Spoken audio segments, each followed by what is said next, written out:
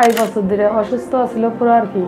পরে আমি ঢাকা বরিশাল অনেক জায়গায় নিচ্ছি, কোনো জায়গায় রোগ ধরা পড়ে নাই। চিকিৎসা চলছে কিন্তু কিছু উপকার পাইনি আমরা। পরে স্যারের কাছে নিয়ে আইছি, অপারেশন করছে। আল্লাহর রহমতে আমার মেয়ে সুস্থ আছে আর কি।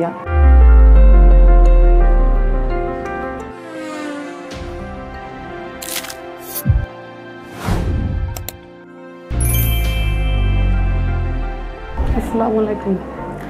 আমার মেয়ে আছে 2.5 বছর ধরে অসুস্থ ছিল পুরো আর কি। পরে আমি ঢাকা বরিশাল অনেক জায়গায় নিচ্ছি, কোনো জায়গায় রোগ ধরা পড়ে নাই।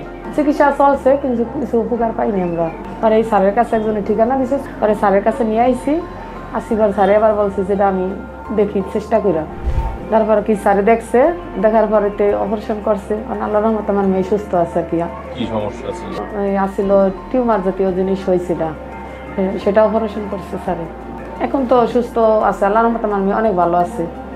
আসসালামু আলাইকুম। আমার এই রোগী মুন্নি আমার কাছে 6 মাস আগে এসেছিল। তখন আমি এক্সরে করেছি এবং আপনারা দেখেন এক্সরেতে এইটা টিবিয়া বলে।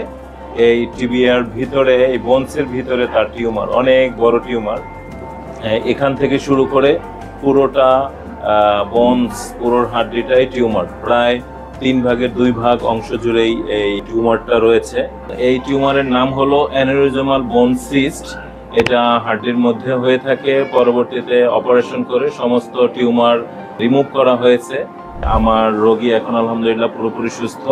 বলো, এখন কি তোমার কোনো সমস্যা হচ্ছে কিনা? তোমার টিউমার অপারেশন হয়েছে, তোমার হাঁটতে সমস্যা হচ্ছে কিনা বা পায়ে কোনো সমস্যা আছে কিনা?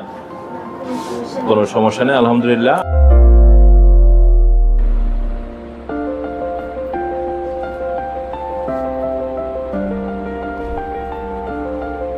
এই এক্সরেটা অপারেশনের 5 মাস পরের এক্সরে। দেখেন ওর সব জায়গায় হাড্ডিটা তৈরি হয়ে গেছে। আগে যে টিউমার ছিল সেগুলো নাই এবং নতুন হাড্ডি তৈরি হয়ে গেছে। এই ধরনের বোনস টিউমার, অ্যানিউরিজমাল বোন সিস্ট অথবা সিম্পল বোন সিস্ট চিকিৎসা করলে, অপারেশন বা সার্জারি করলে পুরোপুরি সুস্থ হয় ইনশাআল্লাহ।